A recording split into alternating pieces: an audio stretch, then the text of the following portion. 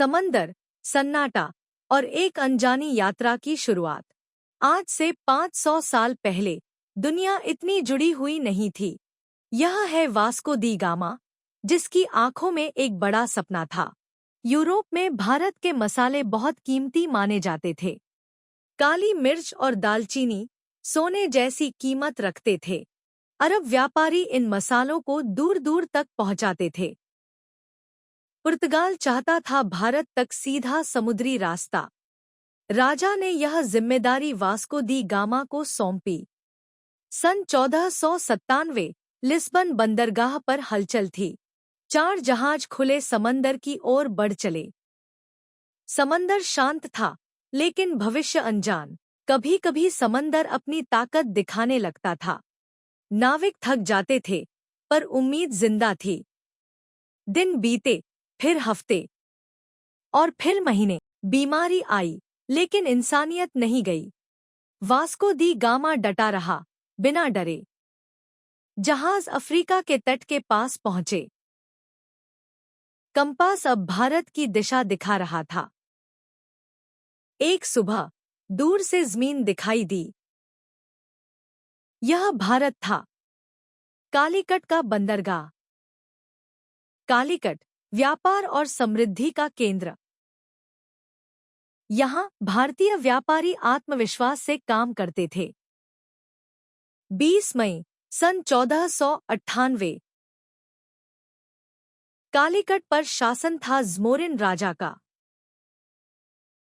Vasco दी gamma सम्मान के साथ दरबार में पहुंचा। यूरोप से लाए गए उपहार सामने रखे गए, लेकिन ये उपहार भारत के लिए साधारण। कुछ समय बाद जहाज वापस मुड़ गए। समंदर ने रास्ता याद रख लिया था। लिस्बन में जहाज़ों का स्वागत हुआ। यूरोप समझ चुका था, यह रास्ता बहुत बड़ा है। अब और यात्राओं की योजना बनने लगी। पुर्तगाली, डच और अंग्रेज भारत आने लगे। शांत बंदरगाह धीरे धीरे बदलने लगे। वास्को दी गामा समय के साथ इतिहास बन गया। समंदर वही रहा, पर दुनिया बदल गई।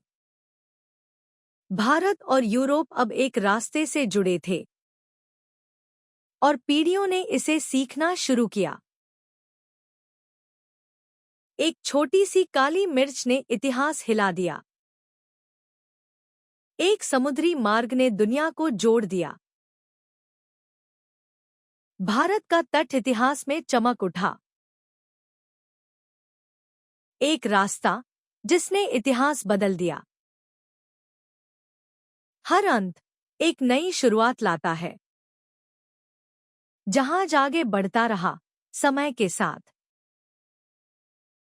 इतिहास की किताब एक अध्याय जुड़ गया। सीखने वाले आगे बढ़ते हैं। ज्ञान सीमाओं को पार कर जाता है। इतिहास हमें अतीत समझाता है, और इतिहास को समझना हमें पूरी दुनिया समझना सिखाता है। कहानी पसंद आई हो तो लाइक और सब्सक्राइब करें।